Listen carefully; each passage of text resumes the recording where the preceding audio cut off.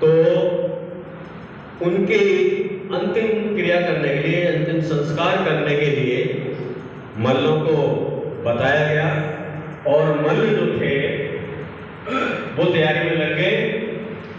तो जब तथागत बुद्ध की शैया को, मृत्यु शैया को सजाया गया, अर्थी जिसको बोलते हैं, तो उसको दो ऐतिहासिक घटनाओं घटी। तो जब वहां के राजकुमार थे और युवा थे कुशीनगर के, वो जब तथागत बुद्ध की अर्थी को उठा रहे थे तो उनसे वो अर्थी उठी नहीं। तो वहां तो उस वक्त सबसे जो सीनियर भिक्खु थे वो थे भिक्खु अनिरुद्ध।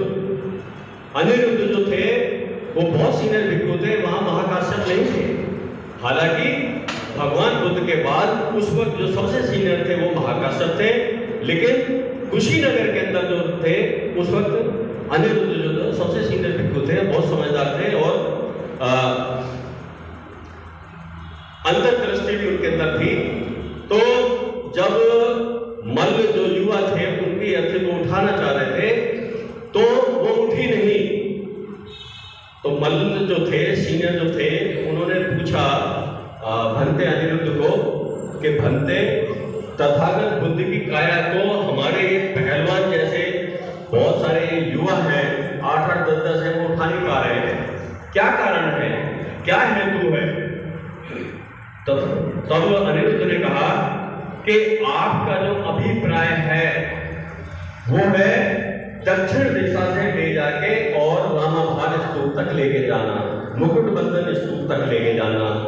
लेकिन देवताओं का जो अभिप्राय है वो ये है कि आप उत्तर दिशा से जाके मुकुट बंधन स्तूप इनकी काया को लेके जाएं।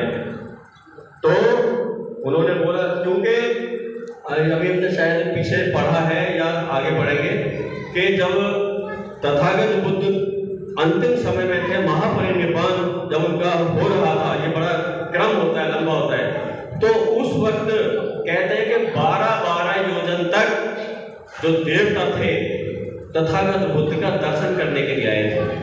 और जब महापरिनिर्वाण उनका हो गया तब दिव्य संगीत, वहां दिव्य संगीत बज रहा था और दिव्य पुष्पों की वर्षा हो रही थी। और ऐसा हमने पढ़ा है मधुकर पिपलाइन जी की किताब के माध्यम से कि जगह जगह तक जो है दिव्य पुष्प वहां पर छा गए थे।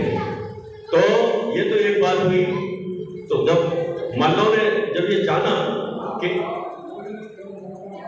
मल्ल जो है वो एक जाति थी, मल्ल जिस तरह से लिच्छवी थे और शाक्य थे, मौर्य थे और इस तरह से ही कोरिय थे, इसी तरह से ही मल्ल जो थे वहां के राजा थे और वहां के मुख्य जो शासक जाति जो थी। हाँ, क्लेम तो बहुत सारे लोगों ने किया कि भगवान बुद्ध, अब इसी बात पर तो वहां पर उनकी जब अंतिम संस्कार हो गया और अस्थियों के लिए झगड़ा हुआ तो द्रोण ब्राह्मण था, उसने वो मैटर सुलझाया था। तो चलो ये तो बात की बात है। तो हाँ जी, कुछ कहना है आपको? कुछ कहना है? तो एक तो ये बात हुई। तो वहां से जो मल्ल युवा थे वो उनकी काया को उठाकर, मृत काया को उठाकर उत्तर दिशा से ले जाके और मुकुट बंधन स्तूप में ले गए। मुकुट बंधन स्तूप नहीं था तब। मुकुट बंधन जो है वो क्या था कि वहां पर जो राज्याभिषेक होता था, राजा बनाए जाते थे, वहां उनका राज्याभिषेक होता था, उनको मुकुट बांधा जाता था, इसी वजह से उसको मुकुट बंधन स्तूप कहा जाता था। फिर जहां भगवान बुद्ध का अंतिम संस्कार हुआ उसे रामाभाग स्तूप आज भी कहा जाता है। बहुत भव्य और बहुत बड़ा स्तूप है। अभी हमारे बंधु जी तो होके आए हैं, तो बहुत बार जा चुके हैं, लेकिन मैं भी कुशीनगर, मैं भी कम से कम 4-5 बार वहां पर जा चुका हूँ कुशीनगर में। तो ये हुआ। दूसरी बात ये हुई कि जब 7 दिन हो गए, 7वें दिन जब उनकी अग्नि को प्रवाहित करने के लिए अग्नि लगाई गई उनकी उसमें काया के अंदर, तो अग्नि प्रवाहित नहीं हो रही थी। मल्लों ने फिर सवाल किया भंते जो अनिरुद्ध थे उनसे कि भंते क्या हेतु है, क्या कारण है कि इनकी काया को अग्नि हम दे रहे हैं लेकिन लग नहीं रही है।